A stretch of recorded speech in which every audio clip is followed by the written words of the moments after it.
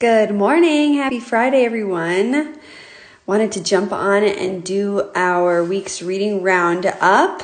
For those of you who don't know what this is, it's a virtual book club that I started doing a while back when I realized that I really wanted to become part of a book club, yet wasn't able to find the time or willing to make the time to commit to that. And so I thought, there's probably other people out there too that like to read, that want to be a part of a book club where they can share takeaways and learn from other people's takeaways and grow better and stuff like that. So I thought, why not just pop on here and do it online, and we can all kind of be a part of it together. So we're reading The Miracle Morning by Hal Elrod. It's a really easy read, really great book, and it's about this concept of waking up early and dedicating that early hours, this early time in the morning to just you. Not working, not doing chores, not even taking care of your family, literally taking care of you. It's a concept of doing deep breathing, affirmations, journaling, reading, and exercise.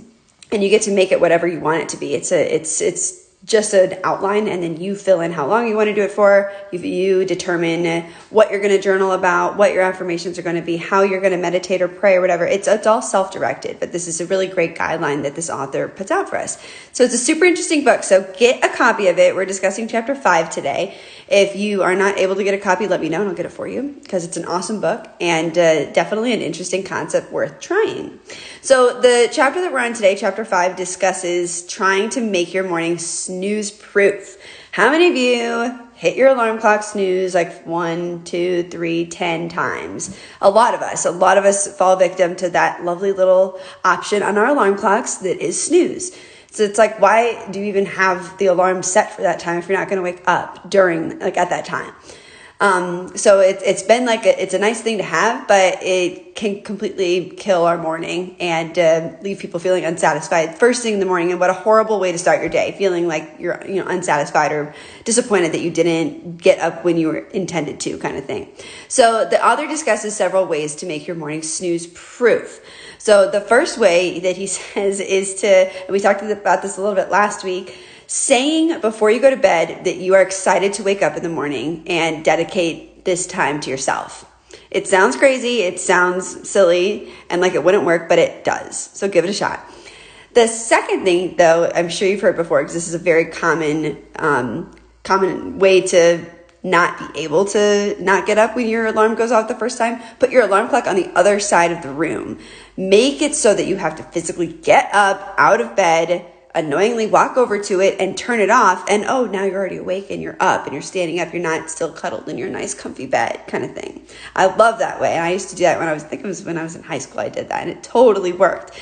Then he says to start your morning routine. Go to the bathroom, brush your teeth. Don't get into all of that necessarily just yet, but do something that's going to help wake you up. Splash water on your face, whatever that is. For me, it's brushing my teeth. Like if I do that first thing in the morning, I'm awake. That minty, fresh breath gets me awake.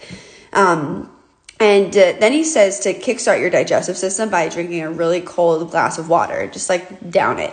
Water, none of us probably drink enough water every day, so why not start your day with a nice glass of water like that? But it also just kind of wakens everything up, he says. It gets your digestive system going, and it's cold going down your throat, and it just gives your whole body a little bit of energy. And then, I love this one. I used to do this in college. Sleep in your workout clothes. So it's one less thing that you have to do in the morning before you jump into the self-care that this book's all about. Dress, comfy clothes should be your workout clothes anyway. So he says, why not dress in them? And then that's one less thing you have to do and you're ready to go. You see yourself in the mirror, you see yourself ready to go. And these are certain things that he has studied, that the author has tried out, that lots of other people have tried out. And if you're finding yourself getting into the mix of hitting snooze 1,000 times, my husband, love you, but he does that too. And I'm a very light sleeper, so his alarm will go off if he's waking up before me. And now I'm awake because, I hear the alarm go off and I'm awake now. And he just has the luxury of hitting snooze all the time. Love you, babe. But lots of people do this as well. So these are some ways that the author has determined are there to help make sure that you're not hitting snooze and falling victim to that. And there's nothing wrong with it necessarily, but if you think about it, like when I was reading this chapter years ago, was like, you know what? It's true. Like when you don't, let's say you set your alarm for 6 a.m. and at 9 a.m. you look back and realize that you missed, 30 minutes of your morning that you, before you were tired, had intended on doing this, that, and the other during. By 9 o'clock, you've already realized that you've failed at something that you wanted to do. You've let yourself down, and now you're disappointed. And once I realized how much of an impact that can have on your day, it like got me really motivated to do whatever it took to make sure that I got up when I intended to. And of course, that probably goes back to falling asleep earlier and not, staying up late and stuff like that, to make it easier so that you do feel well rested. But give these things a shot. And I'd love to hear what you guys do as well to make sure that you're not falling victim of the snooze button on your alarm. Any other tricks that you've found other than what the author talks about in chapter 5, share it here, because I know this is definitely a common problem that people fall victim to.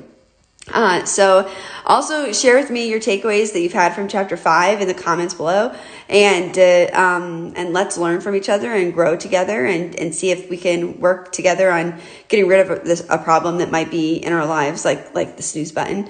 And yeah, I hope you guys are liking this virtual book club. I know we're having a lot of fun with it, and we'll be announcing soon what the next book we're going to be doing is, so that everybody can get it and continue to be a part of it. So hope you guys are having a great week so far, and happy Friday, and thanks for joining. Bye.